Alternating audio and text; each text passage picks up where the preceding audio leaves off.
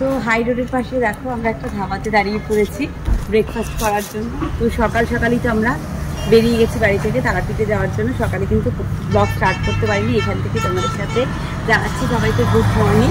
আর এই দেখো আমার দাদার ছেলে আছে, বৌদি আছে, বড় ছেলে, দুই মা, আর তোমাদের দাদা ভাই সবাই মিলেই যাচ্ছে। তোমাদের দাদা ভাই ড্রাইভ করে নিয়েছে, যাবো তাকে দেখাচ্ছে এখন সময় সেই রেখেই যাবে। তো এখন এত খিদে পেয়ে গেছে সকাল থেকে না, এত তাড়াহুড়ো করে বেরিয়েছি, মানে যে টাইমে আমাদের বেরোনোর কথা ছিল 6টার সময় আমরা বেরোতে পারিনি। বেরোতে বেরোতে প্রায় 7টা হয়ে গেছিলো, তাই চাও খেয়ে আসতে পারিনি। তাই এখন এত খিদেও পেয়েছে আর ঘুম লাগছে। তো এখানে ব্রেকফাস্ট করবো। জায়গাটা ভীষণ সুন্দর, পুরো গ্রামের পরিবেশ, এটা তো সবসময় পাই না। আর এইরকম ঘুরতে গেলেই তখনই এরকম পরিবেশ পেতে পাই, তাই না?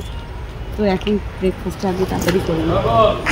তো দেখো যেই ধাবাতে আমরা নেমে ব্রেকফাস্ট করতে নেমেছিলাম সেখানে না বললো রেডি হতে অনেক টাইম লাগবে। তো আমরা গাড়িতে উঠে গেছি, আর এখন দেখো গাড়ির মধ্যে বসে বসে এই বাউলি, বাচ্চাগুলো বাউলি খাচ্ছে আর আমরা খাচ্ছি এই পাউরুটি।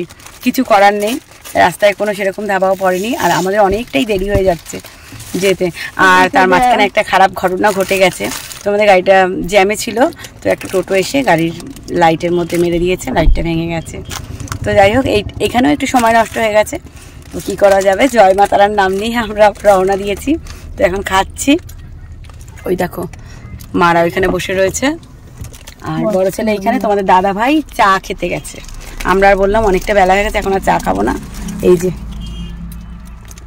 তো চলো আবার পরে দেখা হচ্ছে। সবার সাথে হাসি মজা আর গল্প করতে করতে আমাদের রাস্তাটা কিরকম ভাবে পেরিয়ে যাচ্ছিল আমরা কিন্তু একটু বুঝতে পারিনি। আর ওয়েদারটাও সেদিন এতটা ভালো ছিল, গ্রামের এই মেঠো পথ ধরে চলতেও কিন্তু বেশ ভালো লাগছিল। আমার দাদা কিন্তু আমাদের সাথে এখন আসেনি, রাতেও ট্রেনে করে আমাদের একসাথে জয়েন করবে। তো দেখো আমরা কিন্তু হোটেলের রুমে চলে এসেছি। এই দুটো রুম নিয়েছি আমরা, এই রুমে মা বৌদি ওরা থাকবে, আমার মোটমাট 4জন করে থাকবো। কে কোন রুমে থাকবে এখনো ঠিকঠাক হয়নি। তো চলো এখানে দেখো আমাদের গোপুসোনাদের নিয়ে এসেছি, বাপের বাড়ির গোপুসোনা আর আমাদের বাড়ির গোপুসোনা সবাই কিন্তু আছে।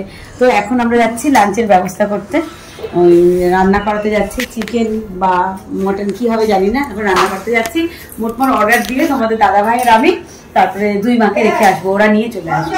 তো চলো আমাদের রুমটাও দেখা গিয়েছি।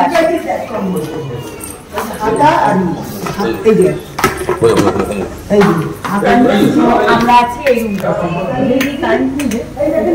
আর আমরা দেখো আমরা এই রুমটাতে আছি। এখন আগে যাবো হচ্ছে খাবারের ব্যবস্থা করতে, খিদেও পেয়ে গেছে, সেরকম ভাবে কিছু ভারী ব্রেকফাস্ট করা হয়নি। আর এখন কিন্তু প্রায় 1:30 পৌনে 2টো মতো বাজে। তো চলো যাওয়া যায়।